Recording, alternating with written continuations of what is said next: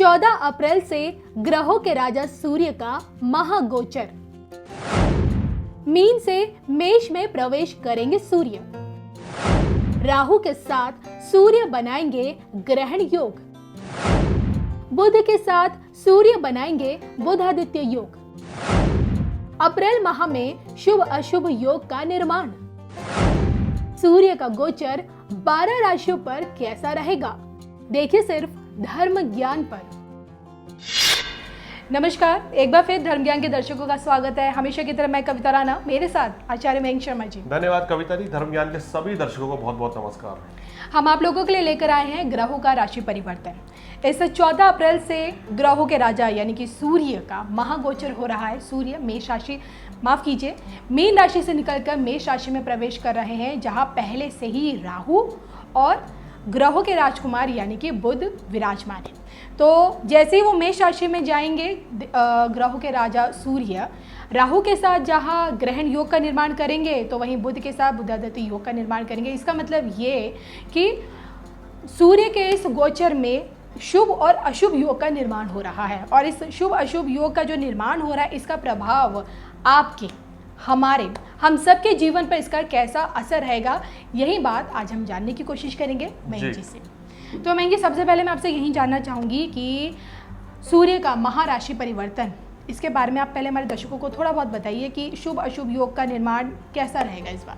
देखिए, सूर्य इस बार उच्च के तो होने जा रहे हैं जी, लेकिन कहते हैं कि जब भी कोई ग्रह उच्च का होता है तो उसके पास पूरी पावर होती है जी, और वो अपनी पूरी शक्ति का उपयोग करके आपको शुभ फल देता है।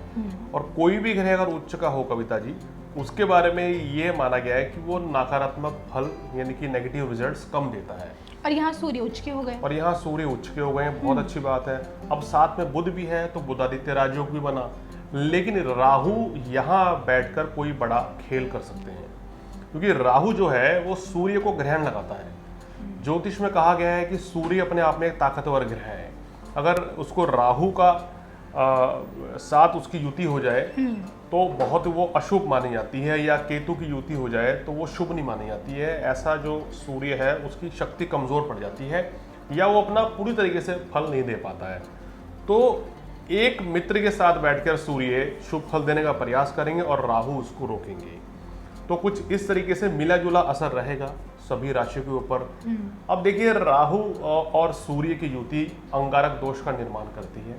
अंगारक इसीलिए कह रहा हूं क्योंकि ये ग्रहण दोष बनता है और क्रोध की अधिकता ज्यादा रहेगी। ये बात समझिए क्यों अंगारक का नाम लिया, क्योंकि राहु मेष राशि में है तो राहु और मंगल का अंगारक दोष होता है। अगर राहु मिथुन राशि, माफ कीजिएगा, मंगल की राशि में मेष में बैठ जाए या वृश्चिक में बैठ जाए तो वो अंगारक दोष का निर्माण करता है।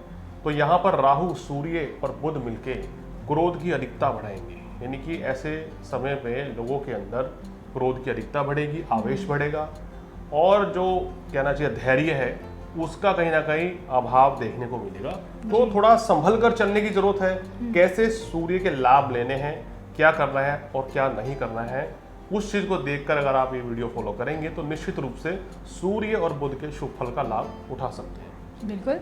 तो चलिए आइए इसी के साथ हम आगे बढ़ते हैं और सबसे पहले जान लेते हैं कि राशि अनुसार इसका कैसा प्रभाव पड़ने वाला है। सबसे पहले बात करते हैं हम मेष राशि की। देखिए, मेष राशि वालों के लिए कविता जी बहुत ही पावरफुल राजयोग बन रहा है, क्योंकि पंचमेश है यहाँ सूर्य और त्रिकोण का भाव कपालिक लगन में बैठा है और बुध के साथ है। तो आपके लिए ये, अगर आप पॉलिटिक्स से जुड़े हुए हैं, राजनीति में हैं, समाज सेवा में हैं, तो आपको उच्च पद की प्राप्ति होगी, मान सम्मान की प्राप्ति होगी, व्यापार में धन में जबरदस्त लाभ होगा। लेकिन यहाँ बैठा राहु आपके अंदर बहुत ज़्यादा एग्रेशन दे देगा, गुस्सा आप ज़्यादा करेंगे, छोटी छोटी बातों पे तनाव की स्थिति बन जाएगी। और सप्तम भाव में जो आपके केतु बैठा है और वहाँ सूर्य की दृष्टि पड़ रही है, तो ये वैवाहिक सुख में कमी करेगा। यानी कि ये आपको ध्यान देना है, इस समय आपकी वैवाहिक जीवन में कोई परेशानी ना हो। जीवन साथी के साथ वाद विवाद से बचें, उनका सम्मान करें तो आपके लिए बेहतर है। बाकी सभी तरह के सुखों की प्राप्ति होगी यहाँ सूर्य बुध की युति से। और राहु अशुभ परिणाम क्या देगा? देखिए, घमंड को बढ़ा सकता है, आप क्रोध की अधिकता ज़्यादा दिखा सकते हैं, इस चीज़ से आपको बचना चाहिए। मैं जगह वृषभ राशि की बात करें हम लोग, देखिए, वृषभ राशि वालों के लिए ये योग कोई खास लाभ नहीं देगा। जैसे मैंने बोला कि 12वें भाव में योग बन रहा है। अब सूर्य बुध की बुधादित्य योग की युति जो लोग फिल्म स्टार हैं, क्रिएटिव फील्ड से हैं, मीडिया फील्ड से, उनको तो लाभ देगा, जी। मान सम्मान की प्राप्ति देगा। अगर आप लेखक हैं, राइटर हैं, पोएट हैं, निश्चित रूप से बड़ा लाभ मिलेगा। लेकिन यहाँ खर्चे भी बहुत बढ़ जाएंगे। हो सकता है कि ये खर्चे इस तरीके से हों कि आप घर लेने का प्लान कर रहे हो, वाहन लेने का प्लान कर रहे हैं, तो आपके लिए बहुत अच्छा रहेगा। लेकिन यहाँ आपको तो अपनी सेहत का थोड़ा ध्यान रखना चाहिए।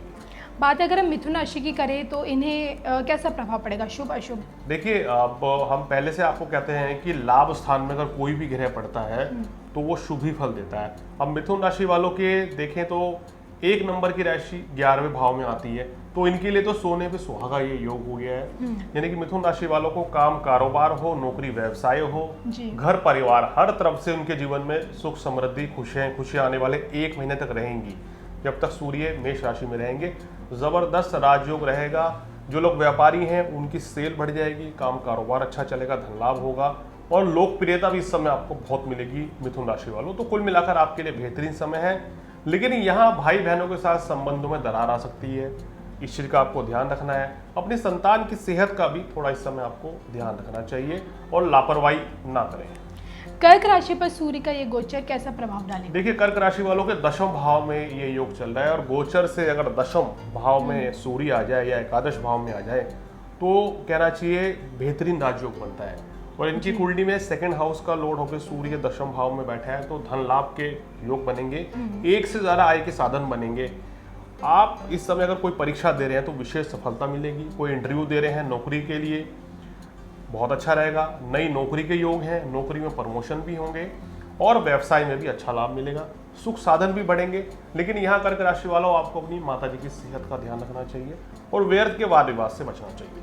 चलिए, अब बात करते हैं हम सिंह राशि की, जिनके स्वामी तो स्वयं सूर्य देव हैं, तो उनका ये गोचर कैसा रहेगा आप लोगों के लिए? देखिए, इनके लिए बहुत ही लाभप्रद है, क्योंकि आपकी राशि का स्वामी अगर उच्च का हो जाए और वो भी भाग्य स्थान में, तो क्या कहने, यानी कि भाग्यशाली योग बन गया। ये भाग्य आपका इस समय चमकेगा। अगर आपकी आयु 28 वर्ष से ज्यादा है तो निश्चित रूप से आपका भाग्योदय होगा और भाग्य के बल पर कुछ बड़ा आप आने वाले समय में अर्जित कर सकते हैं, अचीव कर सकते हैं। धन लाभ भी होगा, नौकरी व्यवसाय भी आपकी अच्छी चलेगी और मान सम्मान की वृद्धि होगी। कन्या राशि की बात करें, कन्या राशि वालों, आपके लिए ये समय थोड़ा सा संभल कर चलने का है। धन का कहीं निवेश ना करें। सूर्य की स्थिति धन हानि का संकेत दे रही है, या आप किसी को पैसा देके मतलब फंस जाएंगे या आपका पैसा फंस जाएगा। सेहत के लिहाज से बहुत अच्छा समय है, दीर्घायु योग बनेगा, आपकी सेहत अच्छी रहेगी। विदेशों से लाभ मिलने के योग बनते हुए नजर आ रहे हैं और आपकी कुंडली में 12वें भाव का स्वामी 8वें भाव में है, यानी कि ये आपको पैसा भी देगा। लेकिन यहाँ आपको संभल कर चलने की जरूरत क्या है, पैसे का कहीं निवेश नहीं करना है। नए काम की शुरुआत अभी टाल दीजिए तो आपके लिए बेहतर रहेगा। नौकरी हो या व्यवसाय हो, स्थितियां बहुत अच्छी रहेंगी। चलिए आगे बढ़ते हैं, जान लेते हैं तुला राशि वालों के लिए क्या कुछ है सूर्य के इस महागोचर में। देखिए, सूर्य का महागोचर तुला राशि वालों को बहुत अच्छा लाभ देगा, खासकर नौकरी व्यवसाय में अच्छी तरक्की होने वाली है। आपके जीवन साथी की भी तरक्की होगी, क्योंकि ये सूर्य 7वें भाव में है।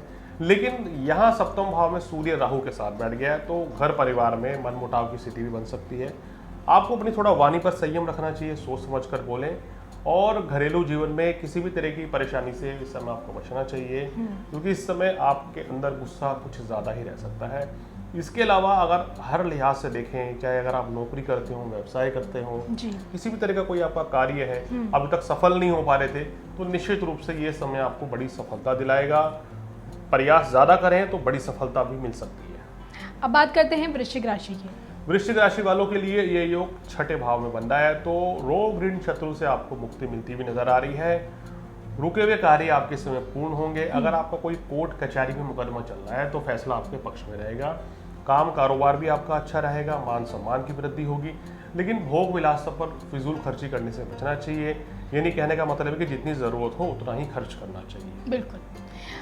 आइए अब जानते हैं कि धनु राशि वालों के लिए क्या कुछ है सूर्य के इस राशि परिवर्तन में। देखिए, धनु राशि वालों के लिए बहुत जबरदस्त ये योग बन रहा है। आपकी संतान की तरफ से कोई खुशखबरी मिलेगी और अगर आप क्रिएटिव फील्ड में हैं, आप IT फील्ड में हैं, तो निश्चित रूप से इस 1 महीने में आपको बहुत मान सम्मान की प्राप्ति होगी।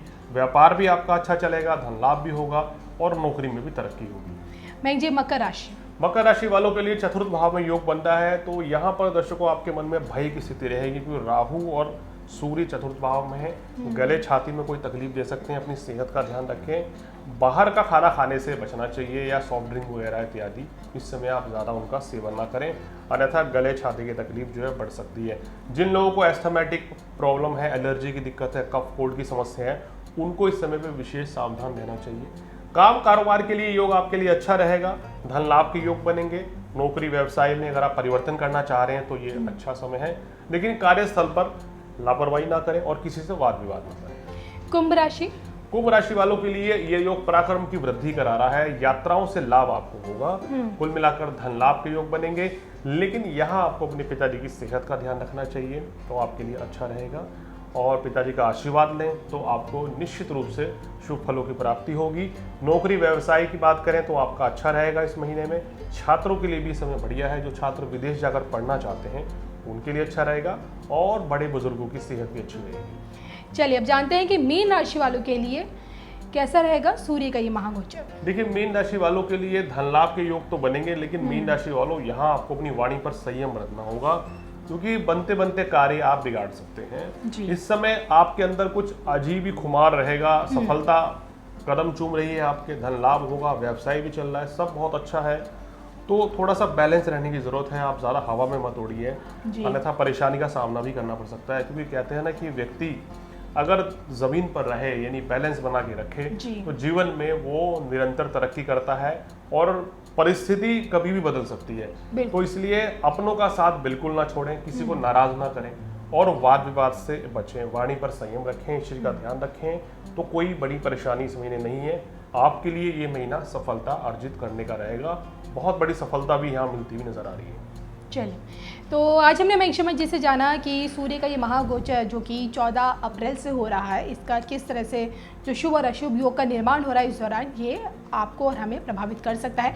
जाते जाते जान लेते कुछ छोटे मोटे उपाय। देखिए, अगर आपको कोई भी समस्या आ रही है तो सूर्य की स्थिति से तो अधिकतर राशियों को कोई ज़्यादा नुकसान नहीं है, लेकिन यहाँ राहु नुकसान कर सकते हैं, क्योंकि उनके फलों में बिल्कुल, क्योंकि राहु मेष का राहु है और सूर्य के साथ बैठ के सूर्य के शुभ फलों में कमी करेगा। तो आपको क्या करना चाहिए, नारियल का दान बुधवार के दिन करें, बहते जल में नारियल प्रवाहित करें, बहुत अच्छा है। अगर आपके यहाँ नदी नहर नहीं है तो किसी पेड़ के नीचे नारियल रख दें, विशेष लाभ मिलेगा।